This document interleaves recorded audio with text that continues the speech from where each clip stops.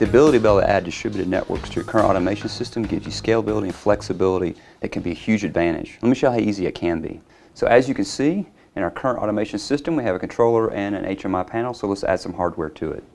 So I want to give focus to the main CPU first, and I want to check off this box of support device replacement because some field devices don't have that capability. Now what I want to do is give complete focus to the CPU, double click on him. The moment I've got complete focus on him and this filter box checked, that means that only the available cards for this actual local rack are available to me in the hardware catalog. Let's go down and find the Profibus master card. Let's drag it into the project. Now I have him. If I have focus on him, of course I could change an attribute, but in this particular project I'm not going to. So there, back at the network view, I have my CPU and the master module. How about the actual distributed architecture hardware itself? So I have this E200S rack here, and I have the ability, for instance from a global library standpoint, to save an entire rack of I/O, including the attributes, to the global library, and as I have common machines come online, I can go grab that rack, drag it in the project, and I'm done. Let's go to the global library real quick. Let's go grab this rack and drag it into the network view.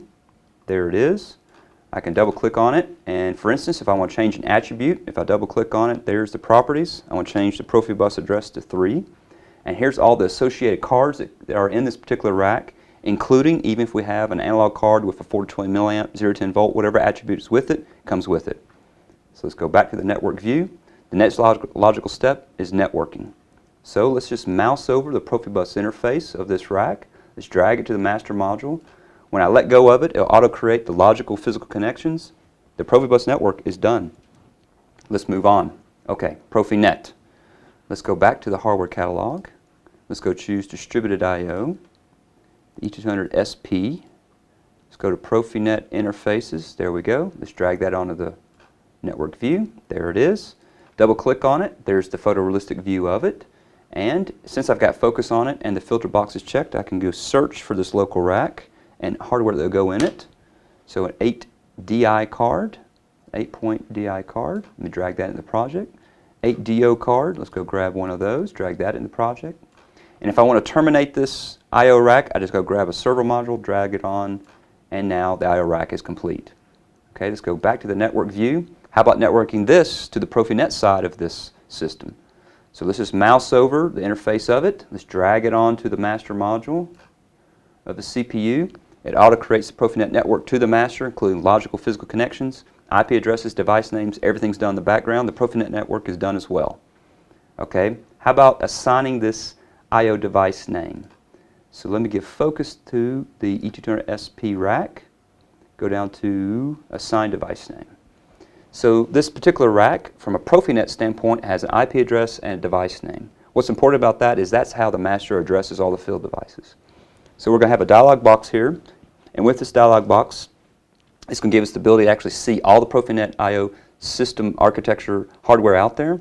And once we have it, here it is, we can actually assign the name. If we go and give focus to it, click on Flash LEDs. This is the correct rack that we want to assign a device name, so let's assign it.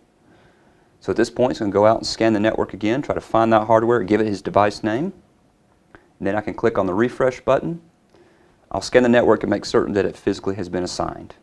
It appears as if that is correct. Okay, so I can give focus to the main CPU, click the download button.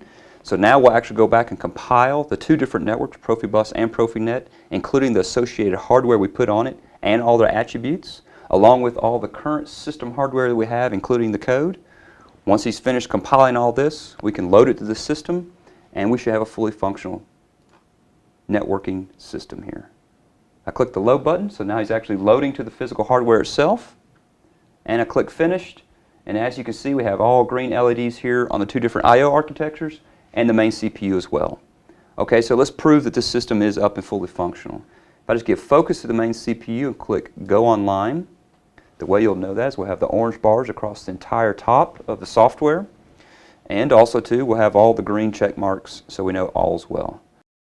If I come over to this Profibus E200S rack, go grab a card and pull it out, you'll see I get a bunch of red LEDs all over the place.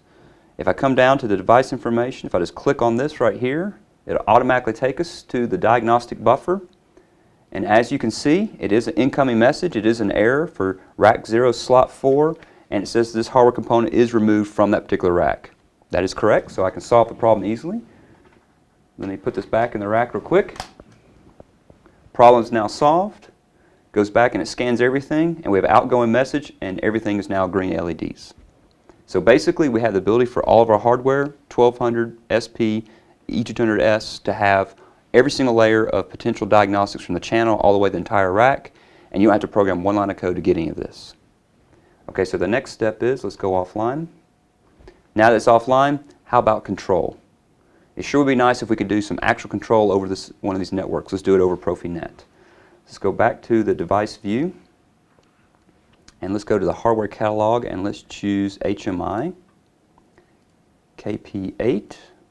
That's the correct one. Let's drag this on. So this is the key panel 8 that we're going to use in this project. Let me give focus and mouse over to his Profinet interface, drag it to the master module. Again, it's going to create the IP address, device name, logical physical connections, everything in the background. Let's give focus to him and click on Assign Device Name. So just so you know, this KP8 does have these 8 keys with backlit LEDs. So we have complete control functionality through them, as well as associated inputs and outputs that we could wire. And it's treated as a Profinet I/O device. So now the dialog box is going to pull up. So here is the dialog box, so we can assign a device name. There's the KP8. Let me assign it. And let me go back and hit the refresh button just to make certain that it actually has assigned the device name to that. It did. So let me close that out. So how about actually creating the control from this KP8 to the standard control we already have in the CPU? If I double click on that KP8 and just hit this little button right here, we'll see that we have the bytes 6 and 7 for the inputs, and byte 9 through 12 are the outputs. So if I go to the main program, launch it. So now here is the main program that we've already been using in the current system. Let's go to the start. Let's just go click on rewire tag. And I know that this is going to be byte 6 dot, this is 0 through 3 and 4 through 7, so it will be 7.